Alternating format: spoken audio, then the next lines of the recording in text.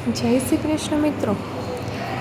શું તમે જાણો છો પુત્રદા એકાદશીનું મહત્ત્વ? તો આપણે આ વિડીયોમાં જાણીશું પુત્રદા એકાદશીની વ્રતકથા. પુત્રદા એકાદશી ભગવાન શ્રી વિષ્ણુને સમર્પિત છે. શાસ્ત્રોમાં આ વ્રતને સંતાન સુખ અને સંતાનની કામનાઓ સાથે જોડવામાં આવ્યું છે. આ દિવસે શ્રદ્ધાપૂર્વક ઉપવાસ કરી ભગવાન શ્રી વિષ્ણુની પૂજા કરવામાં આવે છે. તુલસીદળ પત્ર અર્પણ કરીને શ્રી કૃષ્ણનું સ્મરણ કરવાનું વિશેષ મહત્ત્વ છે. કહેવાય છે કે આ વ્રતથી ભક્તને સુખ, શાંતિ અને ભગવાન વિષ્ણુની કૃપા પ્રાપ્ત થાય છે. સાચી શ્રદ્ધા અને ભક્તિથી કરેલી પ્રાર્થના ક્યારેય વ્યર્થ નથી જતી. તો આપણે સાંભળીએ પુત્રદા એકાદશીની વ્રતકથા. યુધિષ્ઠિરે પૂછ્યું, હે શ્રી કૃષ્ણ, શ્રાવણ સુદ એકાદશીનું નામ તથા પ્રકાર મને કહો. શ્રી કૃષ્ણએ કહ્યું, હે રાજન, જે સાંભળવાથી વાજપેયી યજ્ઞનું ફળ પ્રાપ્ત થાય છે અને સર્વ પાપોનો નાશ કરનાર ઉત્તમ કથા કહું છું તે સાંભળ.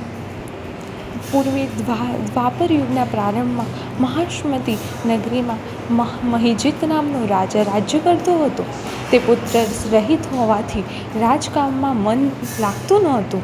ઘણા ઉપાયો કર્યા છતાં પણ પુત્ર પ્રાપ્તિ ન થતા અને હવે ઘટપણ આવેલું જોઈ ચિંતા થવા લાગી.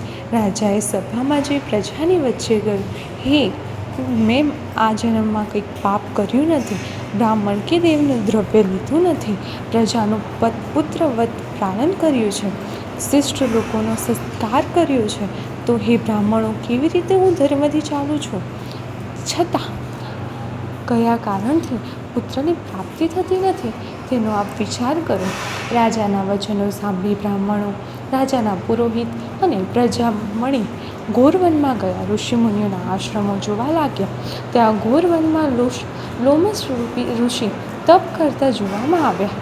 ઋષિ નિરાહાર હતા, ધર્મના તત્વને જાણનારા હતા, શાસ્ત્રોમાં પ્રવીણ અને બ્રહ્મજ્ઞાની હતા. વળી એ ઋષિ ભૂત, ભવિષ્ય અને વર્તમાનને જાણનારા હતા.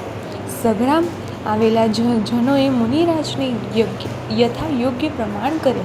ઋષિ બોલ્યા, તમે શા કારણે અહીં આવો છો અને તમે મને કેમ વખાણો છો તે કહો. તમારું જેમ કલ્યાણ થશે તેમ હું કહીશ. અમારો જન્મ પરોપકાર માટે છે, એમાં સંશય નથી. બધા જનોએ કહ્યું, અમારા આવવાના કારણ સાંભળો. એક સંશય દૂર કરવા માટે અમે આપની પાસે આવ્યા છીએ. બ્રહ્માથી અને આપથી ઉત્તમ કોઈ નથી, માટે કાર્યવશાત અમે આપની પાસે આવ્યા છીએ. હે મહારાજ, હાલ મહિજીત નામના અમારા રાજા છે, પણ તેમને પુત્ર નથી, તેથી ચિંતામાં રહે છે. તેથી જ અમને ઘણો ખેદ થાય છે. હે મુને, મહાત્માઓના દર્શનથી જ કાર્ય સિદ્ધ થાય છે. જેથી રાજાને પુત્ર થાય તેવો ઉપાય બતાવો. મુનિરાજે ક્ષણવાર ધ્યાન ધર્યું અને રાજાને પૂર્વજન્મની હકીકત કહેવા લાગ્યા. લોમશ ઋષિએ કહ્યું, આ રાજા પૂર્વજન્મમાં વૈશ્ય વર્ણનો હતો, નિર્ધન હતો ને નીચ કર્મ કરતો હતો. એક સમય જયેશ્વર એકાદશીને દિવસે મધ્યાહન વખતે વાણિયો ગામડાના સીમાડામાંથી આવ્યો. તે વખતે તે તૃષાથી વ્યાકુળ હતો, તેથી જળ પીવા જળાશય પાસે આવ્યો. તે વખતે તરત બિહાણ અને વાછરડા સાથેની ગાય તૃષાથી વ્યાકુળ થતી હતી. તે જ જળાશયમાં પાણી પીવા આવી હતી. પાણી પીવા લાગી અને ગાયને તૃપ્તિ થયા પહેલાં ત્યાંથી હાંકી ઢાંકી પોતે પાણી પીવા લાગ્યું. તે પાપના કારણે રાજાને અત્યારે પુત્ર થતો નથી, પણ પૂર્વના પુણ્યથી રાજ્ય મળ્યું છે તે ભોગવે છે.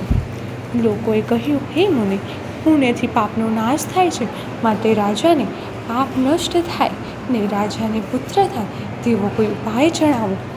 લોમશ ઋષિએ કહ્યું, હે રાજન, શ્રાવણ સુધી એકાદશી, જે પુત્રદા એકાદશી નામથી પ્રસિદ્ધ છે, તેનું વિધિથી વ્રત કરી તે રાત્રિએ જાગરણ કરો, પછી તેનું પુણ્ય રાજાને આપો. આમ કરવાથી રાજાને અવશ્ય પુત્ર પ્રાપ્તિ થશે. ઋષિના આવા વચનો સાંભળી હર્ષભેર લોકો નગરમાં આવ્યા.